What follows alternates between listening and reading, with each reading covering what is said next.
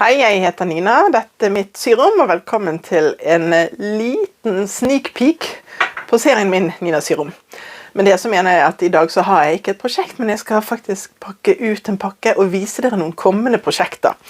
Så det her blir jo litt sånn at dere får vite på forhånd hva vi skal gjøre.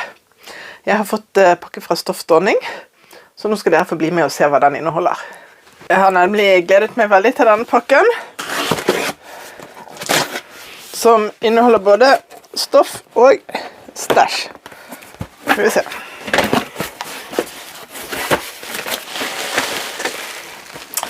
Olala, Magic Pins. Så gøy. Det har jeg jo ikke bestilt, så det var jo veldig morsomt. De skal jammen prøve.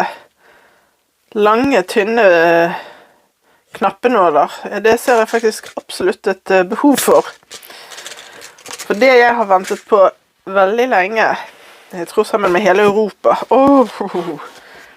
det er altså Prym sin presse, som altså presser alt det du allerede har av Prym-tilbehør, pluss at de har kommet med ekstra innsatser for store maljer.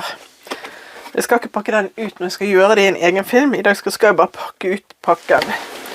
Og her er helt supert en sånn bordklampe for å holde pressen fast i bordet. Så her vet du, det er niter, 9 mm niter. Det er gøy. Med forskjellig lengde på stangen, sånn at jeg kan bruke de forskjellige tykkelse på stoffer. Og de er 7,5 mm, så litt mindre. Så her vet du, 14 mm maljer, det tror jeg egentlig aldri har vært borti før. 14 mm og 11 mm, det er kjempegøy, det er stort. Det er stort. Og ja, kult å presse sett til 11 og 14 mm og til 7,5 og 9 mm niter, det er jo helt topp. Da er det komplett. Og så begynner vi å nærme oss litt sånn ymse her. Lala, har jeg kjøpt stoff til kjole. Den var lekker. Jeg skal sy en kjole. Deilig, litt stretch. Litt grann, ja, ikke sant, helt perfekt. Litt stretch. Jeg skal sy en kjole. Jeg har tenkt å bruke samme mønstre som jeg brukte for å sy den som jeg viser nå. Jeg må bare...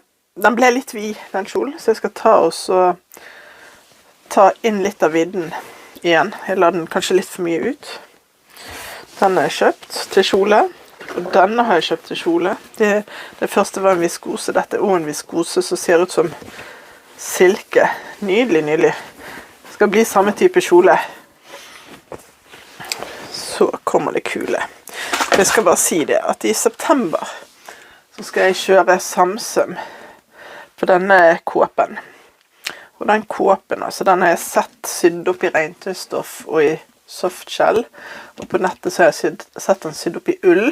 Og det her blir altså så fine, enkle kåper. Det er en veldig enkel kåpe å sy, så har du aldri sydd før.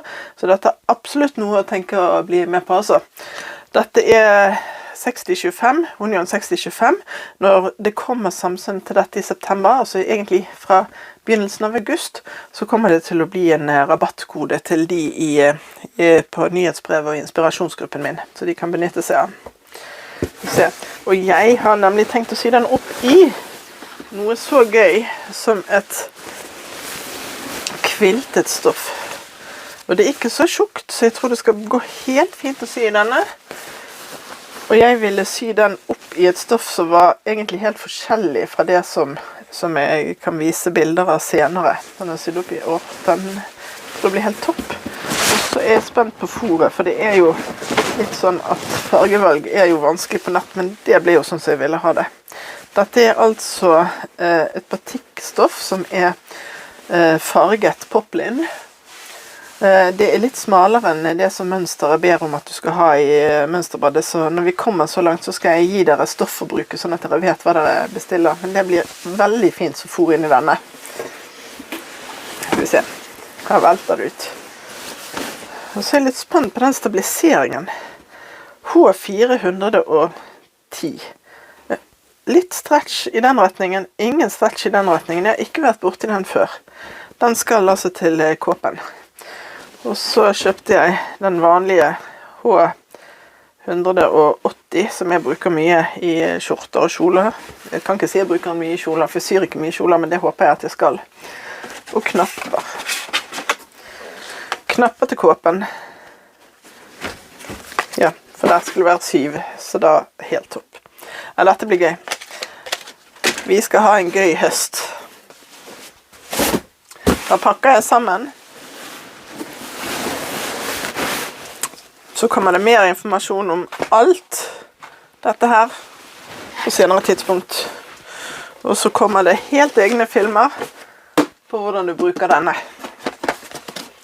Det var bare en liten smakebit fra hva som skjedde akkurat i dag på syrommet mitt. Jeg håper du synes at det var litt morsomt. Jeg håper du kunne tenke deg å gi meg en tommel opp, for det betyr så lite for deg og så mye for meg, og så ses vi veldig snart igjen til nye prosjekter. Ha det bra!